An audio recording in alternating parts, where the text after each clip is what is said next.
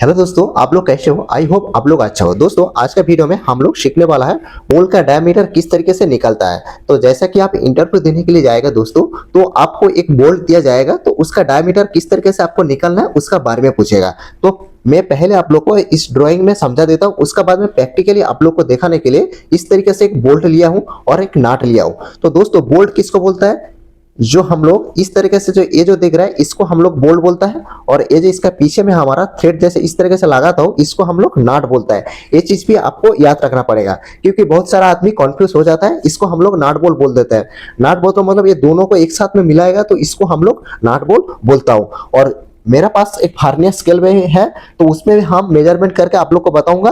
और आपका पास vernier scale नहीं रहेगा तो आप इस स्केल का मदद से किस तरीके से मेजरमेंट करेगा वो भी मैं आप लोग को बताऊंगा। तो दोस्तों, पहले मैं आप लोग को इस वाला जो हमारा ड्राइंग है इसका बारे में मैं आप लोग को समझा देता हूँ। तो दोस्तों, इस वाला जो आप लोग ड्राइंग देख रहे हैं ये जो हमारा बोल्ट है, बोल्ट का इस ऊपर वाला हिस्सा का मैं ड्राइंग इधर बनाया है। जैसा कि आप लोग देख रहे हैं ये किस तरीके से है, तो इस तरीके से मैं इधर ड्राइंग बनाया। और ये वाला जो हिस्सा देख रहे हैं, ये बोल्ट को हम इस तरीके से रख देगा तो हमारा ड्राइंग इस तरीके से आएगा। तो मैं आप लोग को बताऊंगा जो हमारा बोल्ट है उसका इस साइड को क्या बोलता है, इस साइड को क्या बोलता है, इसको क्या बोलता है, ये भी आपको जानना जरूरी है। क्योंकि आप नया एक बोल्ट परचेस करेगा तो बहुत जगह पे क्या होगा, आपका बोल्ट का साइज देना पड़ेगा और उसका डायमीटर देना पड़ेगा, लेंथ देना पड़ेगा, और उसका आपका जो पैच रहता है उसका भी कितना थ्रेड आपका चाहिए पैच का, वो भी आपको देना जरूरी है। तो इसके लिए मैं आज इस वाला वीडियो लेकर आया। तो इस वाला वीडियो आपको बहुत काम पे आने वाला है दोस्तों। वीडियो आप लोग लास्ट तक जरूर देखिए, तो भी आप लोग को पूरा ये बोल्ट का डायमीटर किस तरीके से निकालना है एक कॉन्सेप्ट क्लियर हो जाएगा पूरी तरीके से। तो जैसा कि आप लोग देख रहे हैं, ये जो हमारा बोल्ट का ऊपर वाला में हिस्सा इस तरीके से ऊपर वाला हिस्सा इसका डायग्राम इधर बनाया। तो इसमें मैं एक मार्किंग किया, जैसा कि आप लोग देख रहे हैं इसमें हम ए करके मार्किंग किया, बी, और इधर हम सी एल डी करके मार्किंग किया। तो ये जो A B C D A क्या होता है इसका मैं मीनिंग भी इधर लिख दिया। तो पहले मैं एक एक करके आप लोग को समझाता हूँ, तो आप लोग को पूरा चीज क्लियर हो जाएगा। तो वीडियो स्क्रिप्ट मत करिए। तो दोस्तों, पहले कि आप लोग देख रहे हैं ये जो हमारा ए है, ए का मतलब हमारा एक्रोस फ्लैट हमको मेजरमेंट करना है। वो कौन सा एक्रोस फ्लैट कौन सा होता है दोस्तों? ये जो बोल्ट का इस साइड और इस साइड, इसको हम लोग फ्लैट वाला हिस्सा बोल सकता हूँ। तो बोल्ट में भी मैं आप लोग को साथ साथ में बता देता हूँ। जैसा कि ये हमारा बोल्ट है, तो ये वाला जो हिस्सा है और ये वाला जो हिस्सा है, तो इसको हम लोग क्या फ्लैट हिस्सा बोलता हूँ। ये हमारा फ्लैट हिस्सा है। तो इसको किस तरीके से मेजरमेंट करना है, जैसा हम वर्नियर स्केल लेगा तो आप वर्नियर स्केल में इस तरीके से रखेगा, बोल्ट का जो फ्लैट हिस्सा है वो मेजरमेंट आएगा।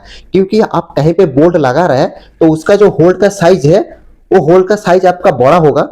तो आपको क्या करना पड़ेगा, ये आपका जो फ्लैट वाला हिस्सा है ना, इसको भी आपको मेजरमेंट करना जरूरी है। नहीं तो क्या उस होल पे आपका बोल्ट अंदर तक पूरा चला जाएगा, तो आपका बोल्ट जो है कुछ काम पे नहीं आएगा। तो ये भी आपको मेजरमेंट करना जरूरी है।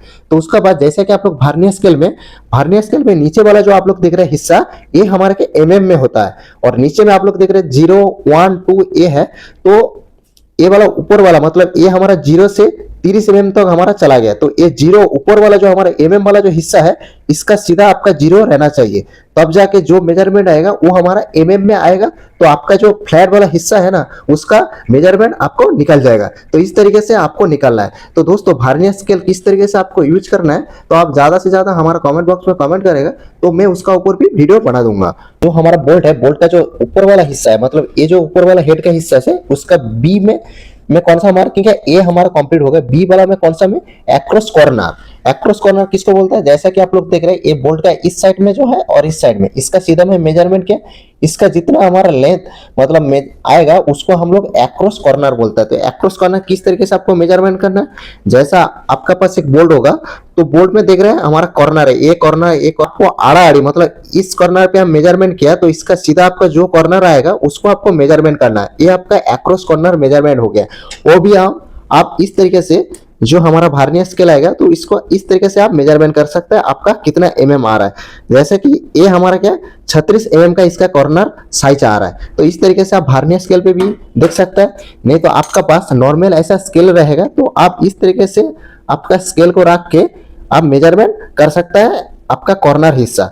तो बोल्ट का इस वाला जो हमारा हिस्सा है इसको हम लोग कॉर्नर पॉइंट बोलता हूँ। तो इस तरीके से आप बोल्ट का जो कॉर्नर है वो आप निकाल सकते हैं। उसका बाद हमारा सी, तो सी में हमारा कौन सा आ रहा है, जैसा कि आप लोग देख रहे हैं, ये जो बोल्ट है, बोल्ट का इस वाला जो हिस्सा है, मतलब ये जो हमारा हेड हाइट है, इसको हम लोग हेड हाइट बोलता है। मैं साथ ही साथ में आपको एक बोल्ट में इस साइड को क्या बोलता है, इसको क्या बोलता है, वो भी क्लियर करके जा रहा हूं। तो ये हमारा क्या है, हेड हाइट हो गया। तो हेड हाइट किसको बोलता है, जैसा कि आप लोग ड्राइंग पे देख रहे हैं, ये जो हमारा बोल्ट है, बोल्ट का इधर से इधर तक ये हमारा हेड साइज है। इसको भी आप इस तरीके से मेजरमेंट, आपको जो आपका स्केल रहेगा उसमें आप इस तरीके से मेजरमेंट कर सकता है। जैसे कि आप लोग देख रहे हैं, ये हमारा बोल्ट, ये हमारा 12 mm इसका हाइट है। बोल्ट का जो हमारा हेड हाइट है वो हमारा क्या 12 mm है। जैसा आप वर्नियर स्केल पे भी इस तरीके से आपको वर्नियर स्केल पे मेजरमेंट करना पड़ेगा। उसका बाद हमारा डी में कौन सा है, ये हमारा दोस्तों वाइटल पॉइंट है। डी हमारा इसीलिए दोस्तों वाइटल पॉइंट है क्योंकि डी ही हमारा होता है, जो हमारा बोल्ट होता है उसका डायमेंशन लेना है।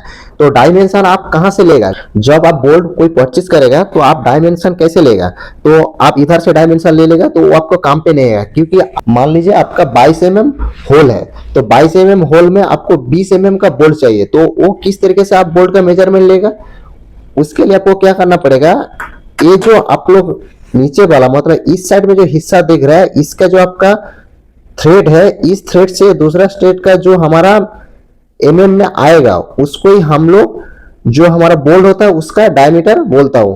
तो बोल्ट का डायमीटर किस तरीके से आपको मेजरमेंट करना है दोस्तों, तो बोल्ट का डायमीटर आपको जो बोल्ट रहेगा उसका पीछे के साइड में, मतलब इस साइड में मैं जिस तरीके से आप लोग को बता रहा हूं, तो इस तरीके से आप मेजरमेंट कर सकता है। तो बोल्ट का डायमीटर आपको इस तरीके से निकालना पड़ेगा। जैसा कि ये हमारा 20 mm का बोल्ट है, आप इस तरीके से स्केल पे मेजरमेंट कर सकते हैं। और एक्यूरेट आपको देखना है तो आप इस तरीके से वर्नियर स्केल को इस तरीके से लगा के आप आपका बोल्ट का जो डायमीटर है वो आप आसानी से निकाल सकता है। ये दोस्तों इसीलिए वाइटल पॉइंट है, कहीं पे आप बोल्ट यूज करेगा तो डायमीटर जानना जरूरी है। क्योंकि बोल्ट का डायमीटर आप नहीं जान पाएगा किस तरीके से मेजरमेंट करना है, तो आप उधर बोल्ट नहीं लगा पाएगा। तो अभी हमारा जो डी वाला है, मतलब ये हमारा बोल्ट का डायमीटर हो गया। मतलब जिस तरीके से मैं आप लोग को बताया, इधर से इधर, मतलब बोल्ट जिधर हमारा होल में लगेगा इस साइड पे आपको मेजरमेंट करना है, बोल्ट का डायमीटर निकालना है। तो इस तरीके से हमारा बोल्ट का डायमीटर निकल गया। अभी हमारा आ रहा है जो थ्रेड लेंथ, जैसा कि एल लिखा है, एल का मतलब हमारा थ्रेड लेंथ। थ्रेड लेंथ मतलब जो हमारा ये जो देख रहे हैं थ्रेड है, ऊपर वाले हिस्सा में हमारा थ्रेड है, इधर से इधर तक हमारा थ्रेड है, तो इसको ही हम लोग थ्रेड लेंथ बोलते हैं। थ्रेड लेंथ किस तरीके से आप ऐसा जो हमारा स्केल आता है उसमें से आप थ्रेड लेंथ मेजरमेंट कर सकते हैं। जैसा कि आप लोग देख रहे हैं, इधर से हमारा इतना तक है थ्रेड का लेंथ है, तो इस तरीके से आप थ्रेड का लेंथ मेजरमेंट कर सकते हैं। ये भी आप वर्नियर स्केल में इस तरीके से मेजरमेंट कर सकते हैं। आपका थ्रेड लेंथ जानना जरूरी है क्योंकि बहुत सारा जगह पे क्या है, हमारा इस इतना साइड हमारा क्या है पूरा क्लीन रहता है, इसमें हमारा थ्रेड नहीं रहता है, ये हमारा क्या थ्रेड रहता है। तो थ्रेड का लेंथ किस तरीके से मेजरमेंट करना है, जो हमारा थ्रेड रहेगा उसको आपको मेजरमेंट करना है। और दोस्तों जो हमारा थ्रेड रहता है, थ्रेड का गैप किस तरीके से मेजरमेंट करता है, ये जो आप लोग पैच देख रहे हैं, इस पैच में मतलब एक पैच से दूसरा पैच में बीच में कितना गैप है वो आप मेजरमेंट करेगा, तो आपका जो पैच है उसका थ्रेड का कितना गैप है, मतलब एक पैच छोड़ के दूसरा पैच में कितना गैप है वो आपका आसानी से निकल जाएगा। जैसा कि ये आप स्केल से इस तरीके से मेजरमेंट कर सकता है। ये हमारा एक पैच से दूसरा पैच जो है वो हमारा 5 mm का डिफरेंस है। तो इस तरीके से आप जो हमारा बोल्ट रहेगा उसका पैच का डिस्टेंस भी निकाल सकता है। दोस्तों इस तरीके से आप कोई भी बोल्ट का साइज आसानी से निकाल सकता है। तो मैं जिस तरीके से आप लोग को समझाया, इस तरीके से आप आसानी से कोई भी बोल्ट का डायमीटर समझ पाएगा। दोस्तों जो आपका बोल्ट होगा, बोल्ट में आपको नाट लगाना है, तो नया वाला नाट आपको परचेस करने के लिए आपको बोल्ट का जो डायमीटर होता है, मतलब इस साइड में जो डायमीटर है उसको मेजरमेंट करके आपको नाट मंगाना पड़ेगा। क्योंकि आप जो बोल्ट है, बोल्ट का जो हेड का साइज वाला नाट मंगा लेगा तो वो आपका क्या बोल्ट में फिटिंग नहीं होगा, वो आपका लूज हो जाएगा। तो कभी भी आपको बोल्ट के लिए नाट मंगाना है तो बोल्ट का जो हमारा डायमीटर होता है उसको आप मेजरमेंट करिए, उसको मेजरमेंट करने के बाद ही आप नाट मंगाए, तो आपका जो नाट बोल्ट है वो प्रॉपर तरीके से फिटिंग हो जाएगा। तो दोस्तों इस तरीके से आप जो आपका बोल्ट रहेगा उसका डायमेंशन आसानी से निकल सकता है। और इंटरव्यू देने के लिए जाएगा दोस्तों, तो आपको एक बोल्ट के बारे में क्या क्या पूछ सकता है वो भी मैं इस वाला वीडियो में बताया। इस वाला वीडियो के बारे में आपको कोई सवाल है तो हमारा कमेंट बॉक्स में जाके जरूर एक कमेंट करिए। वर्नियर स्केल किस तरीके से यूज करना है उसका भी वीडियो आप लोग को देखना है तो हमारा कमेंट बॉक्स में ज्यादातर ज्यादा कमेंट करिए, तो भी मैं उसका ऊपर एक वीडियो बना दूंगा। आप आसानी से वर्नियर स्केल देखना भी सीख जाएगा। इसलिए इतना तो है, नया एक वीडियो के साथ मिलता हूँ। जय हिंद दोस्तों।